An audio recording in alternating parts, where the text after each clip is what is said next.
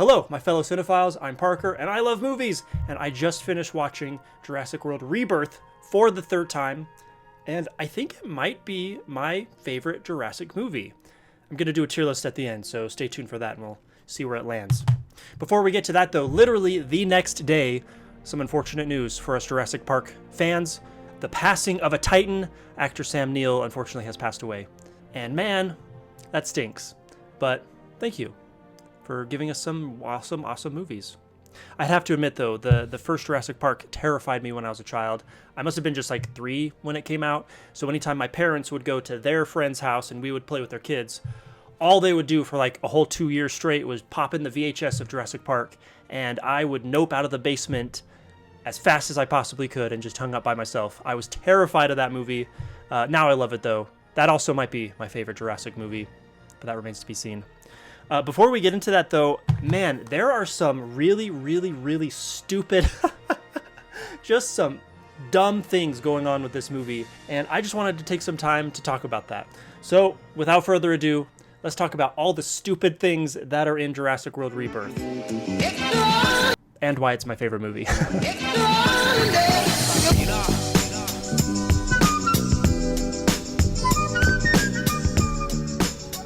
The first dumb thing in Jurassic World Rebirth that I had a problem with immediately is this multi-billion-dollar research facility gets taken out by a Snickers wrapper. That's so stupid. Like, okay, great, little product placement. He's hangry, grab a Snickers, love it. But then having, like, how does a candy wrapper, like, malfunction a $50,000 door? And then further, how on earth does their system interpret that as, oh no, system failure, we are self-destructing because of a candy wrapper? It's just the dumbest. It's so stupid. It's so stupid. But the reveal of that D-Rex, though, is absolutely menacing.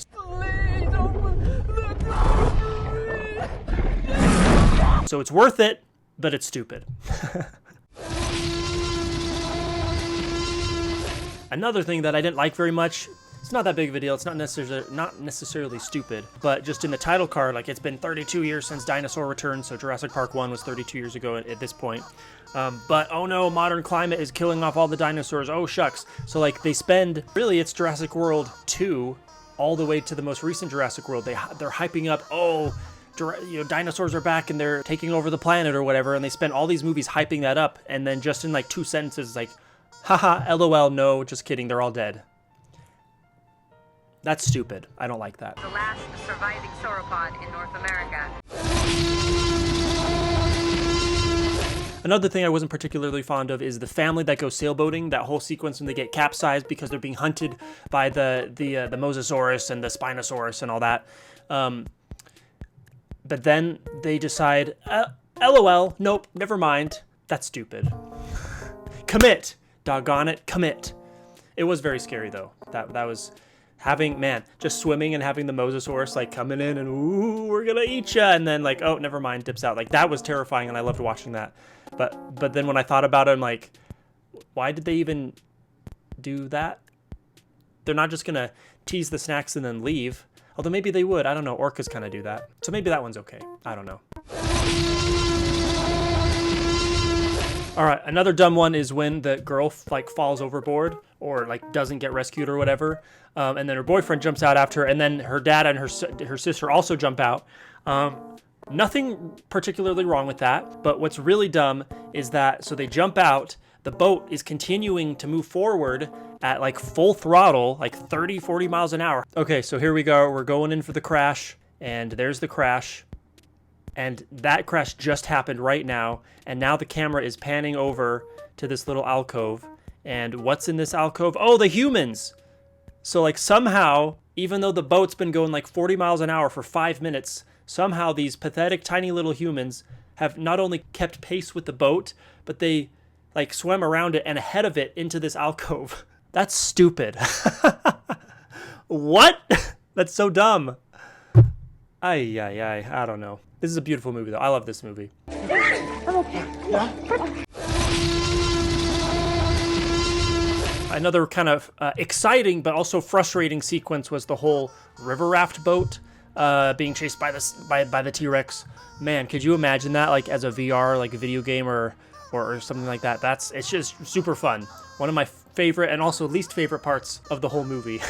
Mainly because the T-Rex has sharp teeth and claws. That's it. That's the complaint. And just the fact like it gets bit, it gets stepped on, and not only does it not get punctured, it doesn't even get cut or damaged in any way. And then all of a sudden at the very end, somehow it stays submerged, even though it's fully buoyant, and it just scoots underneath the T-Rex in through the same exact crevasse that the humans went through, and then it just pops up at the end. Oh, how convenient. That's stupid. My hair is also being stupid. This is probably one of my favorite parts of the movie, though. It was really exciting.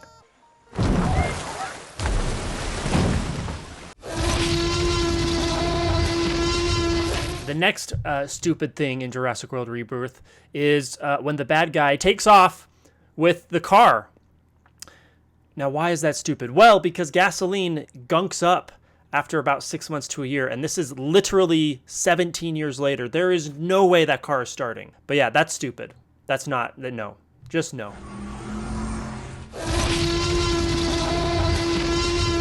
Here's another thing that didn't really make sense to me. I thought was kind of dumb. Awesome reveal, but when we finally see the D-Rex for the first time in 17 years, I was a little disappointed that we barely saw it at all. We saw it a little bit pop in at the end here. But yeah, so first of all, it's behind this guy, right? Then somehow it ends up behind the helicopter, so it does a full like 180 and ends up behind the helicopter in like 10 seconds. Something's fishy about that. Oh gosh, that like, oh, that is so exciting and so scary at the same time. And look how ugly and gross it is. Oh my gosh, I hope we see more of this guy in the future. Ugh, heebie-jeebies. They did it right. Like, I was disappointed we didn't see more of it, but then at the same time, Monster 101, you don't show the monster behind the guy, but then he somehow ends up on the other side of the helicopter?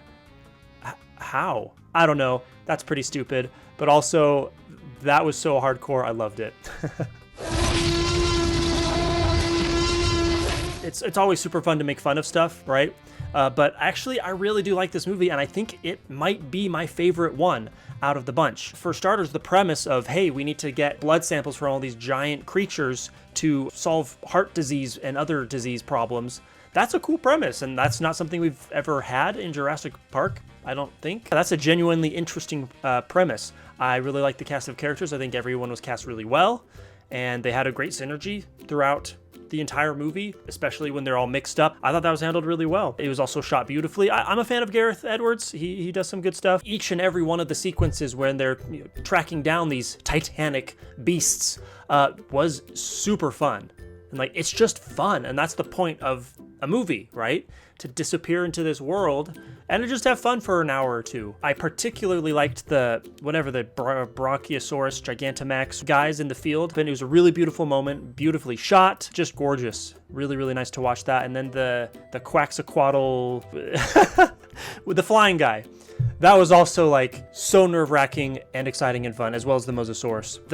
Despite how just frustrated it left me, the inflatable boat scene was super fun, and it might be the best scene in the whole movie. It's just classic Jurassic Park shenanigans, and I loved it. Also, surprisingly, like the little girl character, she actually wasn't just a useless, annoying, whiny child brat like children often are in literally any movie ever made. She was actually useful, she was pretty endearing, and she did a lot of really important things, and I really liked that. And then of course the bad guy ultimately ends up dying, so they don't get paid, but then they decide to save all of humanity with these cures. Oh, guys, that's so nice. So it's a good character art moment for ScarJo to be kind of like a selfish, kind of thieving, action type, and then by the end of the movie, she's like, you know what? Yeah, we're gonna give it to everyone. Yes. I also really liked that Spinosaurus made a return, and I wish there was more, unfortunately. I am happy for what we got, though. But having that, like, synergistic relationship with the Mosasaurus, that's pretty cool. Jurassic World 3 is also perhaps my favorite Jurassic World movie. That remains to be seen, though. Stay tuned for the tier list. Solely just because the Spinosaurus is the bad guy in that movie. Aside from the traumatizing ringtone, Spinosaurus, oh gosh, they're like the coolest dinosaurs ever. Just so freaking cool. Well, I guess that means it's time to do a tier list. All right. First up is the original Jurassic Classic. And for me, that's an A tier. Even though it terrified me as a young boy, it's just so stinking good, guys. It's the original. It started it all. And it's really important, actually, in the larger movie Hollywood CG graphics industry. All right, next up is Jurassic World. Number 2, The Lost World. And I think this one is fine. The C tier. Another really good one is Jurassic Park 3. For me, that's an A tier just because of the Spinosaurus.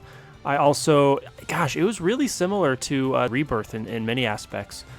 But yeah, it's just really good. Also, Jurassic World, the first one.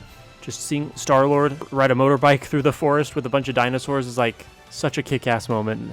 Probably one of the greatest moments in all of Jurassic World history. Fallen Kingdom, I think, is one of the weaker ones in the series. It wasn't bad. Like, it's fine. So, I don't know, maybe a B tier, but it's basically just The Lost World remade, but this time the island's exploding. So it's a little bit more exciting, I guess, and a little more original, because we haven't seen exploding volcanoes in any of them.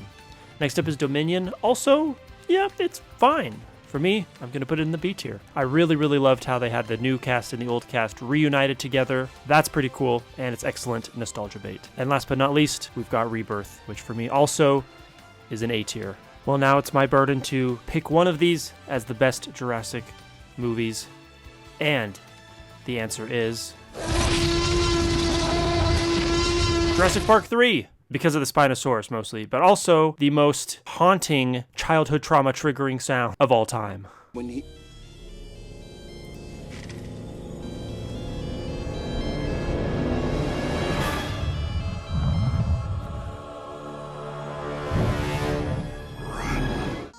Well, this has been a treat. Thanks for watching, my fellow cinephiles. I'm Parker, I love movies, and did you know that the Jurassic World and the Godzilla Monsterverse are actually branched timelines of the Marvel Cinematic Universe? Yeah, it gets crazy. So be sure to watch my next video. Bye!